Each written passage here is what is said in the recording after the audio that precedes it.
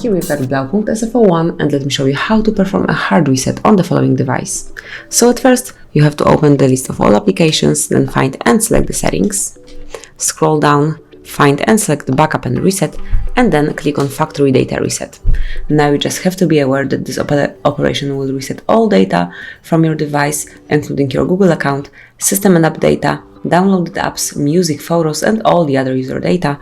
So if you truly want to do it, click on reset phone, and if you have a pattern on your device, simply confirm it with it, and just click on erase everything if you are 100% sure that you want to do it, because just remember that this operation cannot be undone.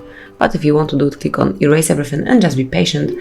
Your device will wipe all data from its internal storage, and then you will be able to set it up as a new one.